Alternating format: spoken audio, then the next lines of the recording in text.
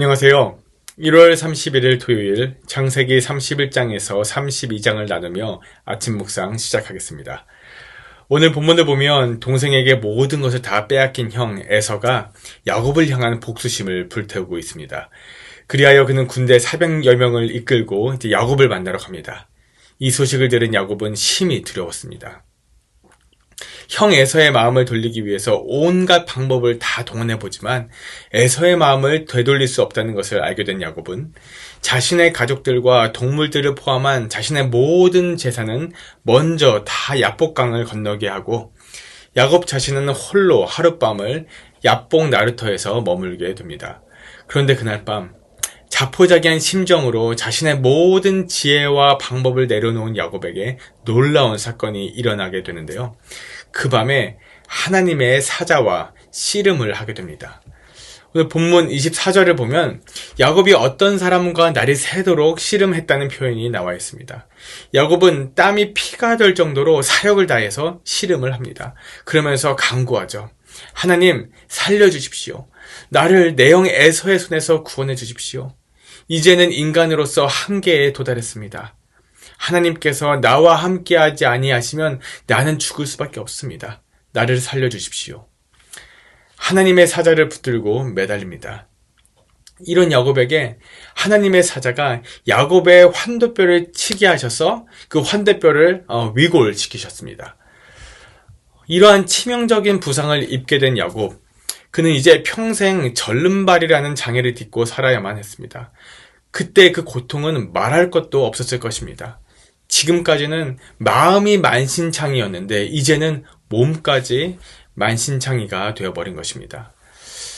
이 상황에서 야곱은 하나님의 사자에게 자신을 고쳐달라고 말할 법합니다. 하지만 그는 하나님의 사자에게 자신의 환도뼈를 고쳐달라고 하지 않습니다. 이 와중에 오히려 무엇이라 하냐면 자신을 축복해달라고 매달리게 됩니다. 축복을 하지 않으면 놓지 않겠다는 것입니다.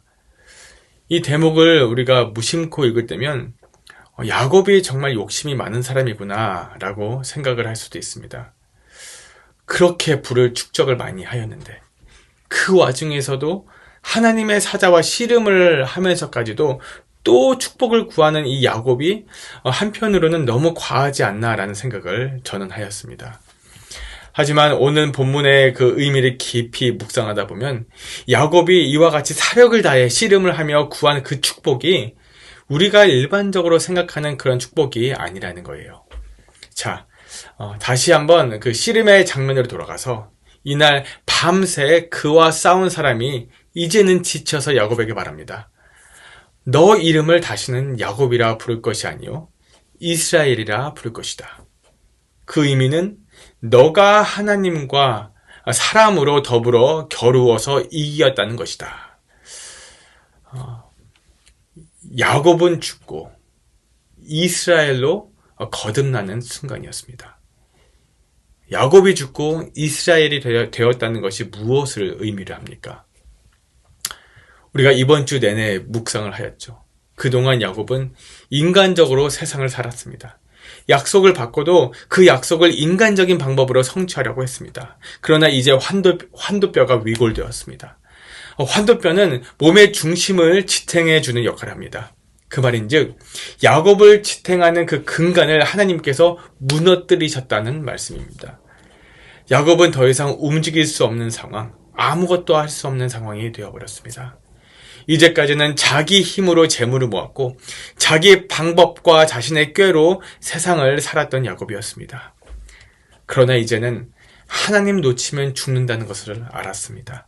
매달리며 하나님의 도우심을 절실히 구하는 야곱에게 하나님께서 축복을 하셨습니다. 야곱은 밧단 아람에 있는 외삼촌 집에서 나올 때 이미 부자였습니다. 2때나 이르는 축복을 받았습니다. 그러나 그 부는 야곱으로 하여금 누리며 흔들면서 살게 해주지 못하였습니다. 오히려 그 부유함 때문에 그는 불안했고 더욱더 초조했습니다. 그러나 이제 야곱이 이스라엘이 될 때 하나님으로 받던 그 약속의 복이 진정 자신의 것이 되는 복을 누리게 되었습니다. 그 복이 무엇입니까? 야곱이 자신의 그 환도뼈가 위골되기까지 그토록 구하였던 복이 무엇이었습니까? 그것은 바로 하나님 자신을 구하는 것이었습니다. 다시 말하면 야곱의 인생에서 하나님 자신이 야곱의 가장 큰 상급이요 가장 큰 복이 되는 삶이 된 것입니다. 나의 중심, 나의 자아가 무너지자 하나님께서 그 중심에 찾아오셨습니다. 사랑하는 성도 여러분, 성도들이 복을 받고 그 받은 복을 편안하게 누릴 수 있는 비결이 무엇입니까? 야곱이 이스라엘이 될 때인 줄 믿습니다. 세상에 많은 사람들이 야곱처럼 살고 있습니다. 저와 여러분, 우리도 마찬가지 아니겠습니까? 결국 우리가 야곱의 습성을 버리지 못하게 축복을 받아도 불안하고 초조하고 더 욕심이 생김으로 그것을 누리지 못하는 것 아니겠습니까? 우리가 야곱의 습성을 버리지 못하게 축복을 우리가 받아도 그것이 늘 부족하다고 생각하고 남과 비교하고 열등감과 자괴감에 빠지는 것 아니겠습니까? 그래서 내가 하나님보다 앞서려고 하는 것 아니겠습니까? 하나님 중심의 삶이 아닌 내 중심의 삶이 되는 것 아니겠습니까? 그러나 하나님께서는 야곱에게 그러하였듯이 오늘 저와 여러분께 이제는 더 이상 야곱으로 살지 말라 말씀하십니다. 이스라엘이 되어 살라고 말씀하십니다. 자신의 한계를 인정하고 자신을 포기하라고 말씀하십니다. 하나님의 도우심만을 구하면서 살라고 말씀하십니다. 축복에 대한 우리의 관점이 바뀌는 오늘 하루가 되시기를 축복합니다. 더 이상 축복을 받는 것이 내 인생의 목표가 아니라 그 축복을 누리는 삶을 살아내시는 저와 여러분들이 되시기를 기도합니다. 기도하겠습니다.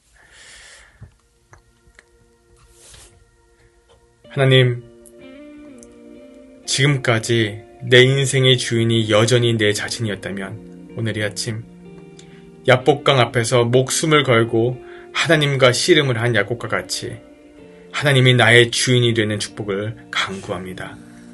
주님만이 우리의 인생에서 나의 가장 큰 상급이요 가장 큰 복임을 믿습니다. 내 안에 주님보다 앞서려 하였던 내 삶의 주인이 되려고 하였던 나의 자아를 이 시간 주님께서 야곱의 환도뼈를 치심과 같이 무너지게 하시며 내 삶 속에서 나를 지배하고 종노릇하게 하였던 내가 주인된 삶을 깨뜨려 주시옵소서. 내가 그리스도와 함께 십자가에 못 박혔나니 그런즉 이제는 내가 산 것이 아니요 오직 내 안에 그리스도께서 사신 것이라. 나의 자아가 야곱에서 이스라엘로 변화되는 오늘 하루 그리고 우리의 남은 인생 되게 하여 주시옵소서. 감사드리오며 예수님의 이름으로 기도합나이다. 아멘. 은혜로 따뜻하게 진리로 시원하게 오늘도 화이팅입니다.